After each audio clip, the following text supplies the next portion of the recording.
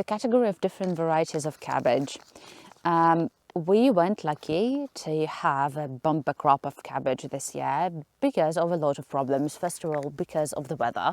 That was really horrible, dry, incredibly dry summer, really hot summer. And because of this, there were a lot of insects that were damaging the heads of the cabbage. But we got some results that we can boast of. With cabbage, I think that when it comes to cabbage of early crop, late crop, and a Chinese cabbage, I always plant one and the same varieties. So that is the variety of the Chinese cabbage that I always prefer and I always pick. There are a lot of seeds here, and that is the best variety. Though I have tried several, and somehow it grows like crazy in our area.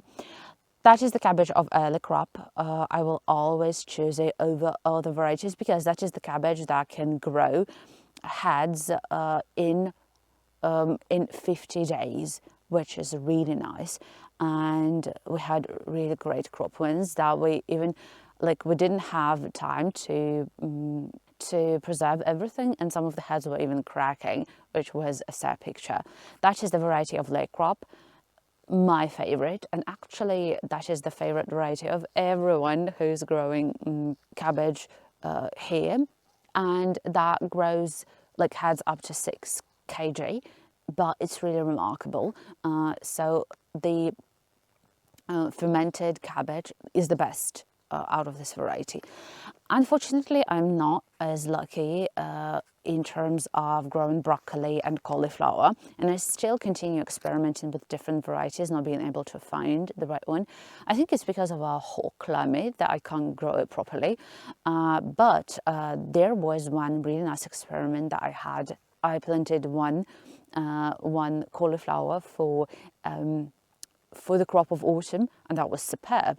So I think that I just need to find the variety, an earlier variety, and these are the varieties that I picked in order to get early harvest. Though of course there are some varieties that claim to withstand hot weather, and I think I need just to continue testing and experimenting because the market is teeming with different varieties. And honestly speaking, you are overwhelmed when you get to the section of cabbage, broccoli and cauliflower.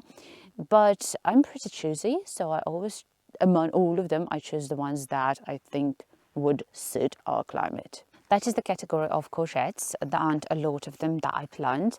Honestly speaking, I love different colors of courgettes. So I have a green color, but it's from the previous year, so I did not include it into what I'm showing right now.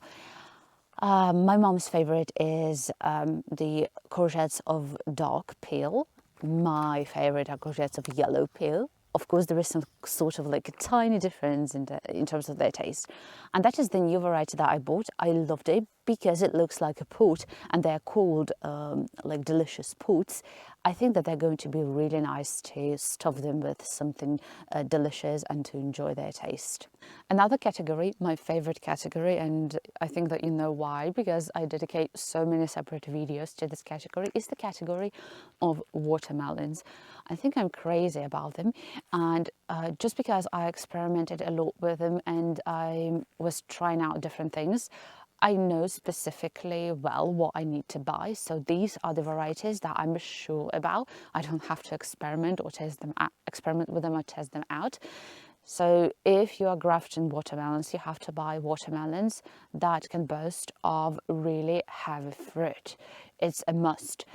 It should be, of course, around 10 kg in the characteristics, and even more than 10 kg. So whenever I want to try new varieties, they include this important characteristic. But of course, there are some varieties that I really enjoyed this year, and there is the variety that I've been planting for 3 years in a row.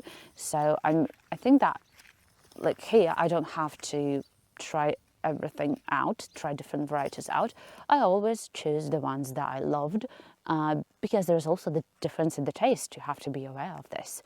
Apart from this category includes different melons. Well, I'm not as lucky with melons as with watermelons because you can't unfortunately graft them, and you just have to rely on your climate, on everything else in order to grow nice fruit. This time I bought the varieties that are very popular in Russia. A lot of people grow them and they say that they are pretty nice.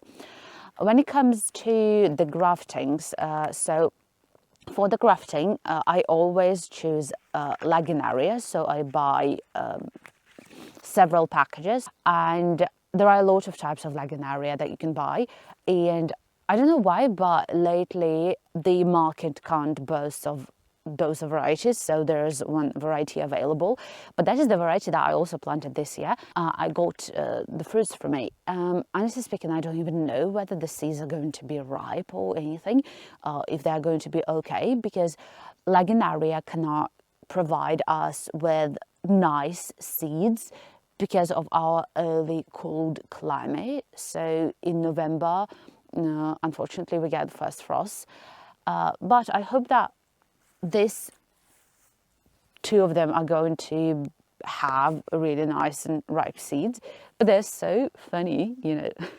And the way they were grown was crazy. They climbed over the fence and they remained there. Honestly speaking, you have to have a lot of seeds and not all of them can sprout nicely.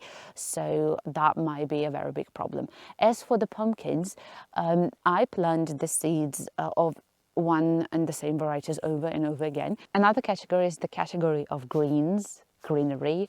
And here, I love this category because that's the category that we can finally plant early in spring into the polytunnel, and I'm really excited about this. That is like, you know, this first taste of greens when everything is still bare, there are no leaves in spring. I think that's a blessing. It's a very blissful moment. So here I have radish, of course, different varieties of them. This year it was a superb year for radish. It was just insane, so that's why I bought several varieties that I loved. They're different in color, they're different in size, they're different in shape, and I was having fun while choosing all of them. My mum even said that that is way a lot in order to plant for in the 1 year, so I hope that I will preserve some of them for next year. Also, I have basil. I plant this herb every time because I make my own mixture of herbs. So the greens that I usually, or the herbs that I usually plant, are going to go into that mixture. Also, I have dill, this kind of like, you know, Belarusian classic. So you have to plant dill, you have to grow it. We use a lot of dill for preservation, for different dishes.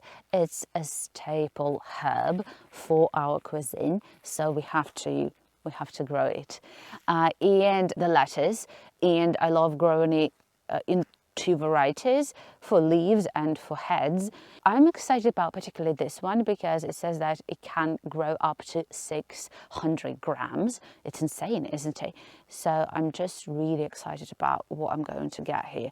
And apart from this, I include into this category celeriac, because I love adding it to the mixture of herbs too. It just gives this really incredible taste, though I don't eat it in the fresh form, and unfortunately I'm not very great at growing celery, so that is going to be the first year where I'm not going to include it into the list of spices, like for me, spices, herbs that I grow for my mixture. That is like one separate category that I decided to include. That is the category of corn. Yeah, I know that I have only one package, but honestly speaking, I have 5 of the identical. That is the variety that I will grow from now on. It was incredible this year. I just enjoyed the taste. Oh my God, the taste is insane. It is so sweet, so delicious that you can even eat it in the fresh form. Like, you don't even have to cook it somehow. I was enjoying it, and once I saw this variety on the market, I bought a lot of packages, so I'm really excited about this one. And the last category, which I'm also excited about, is the category of flowers.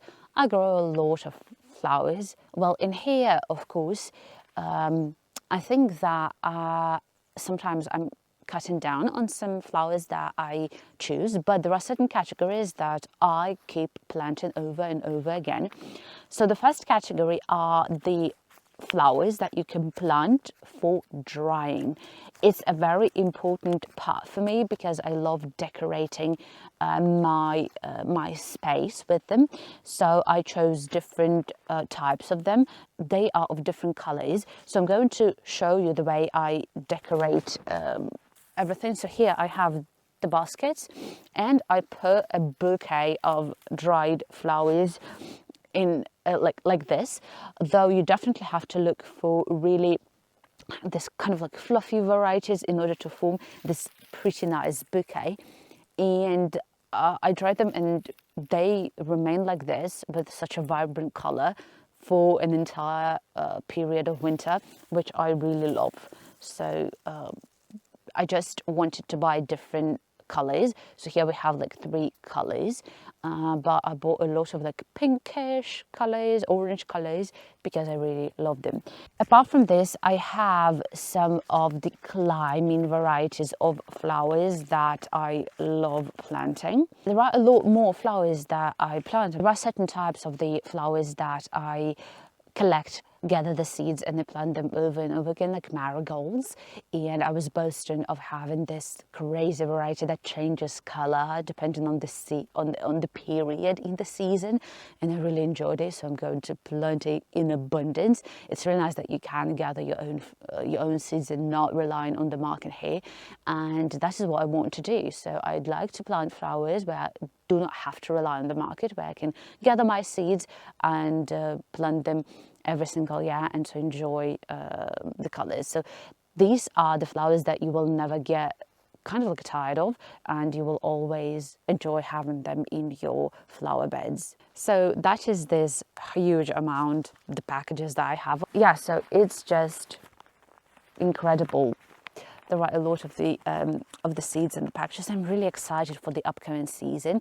So I hope that I gave a bit of like, you know, this aesthetic part, as well as I gave some ideas of what you can choose to plant. And I know that I plant a crazy amount of varieties. I know this, believe me, but I'm taking pleasure in this and I'm experimenting with everything. And I just want to have this garden where everything is growing like crazy. That's my dream, of course. That's why I experiment a lot with the different varieties, and I buy a lot of seeds. One day I hope that I'm not going to rely on the seed market that much, and that I'm just going to know for sure a certain amount of seeds that I need, as well as certain types that work best for my area.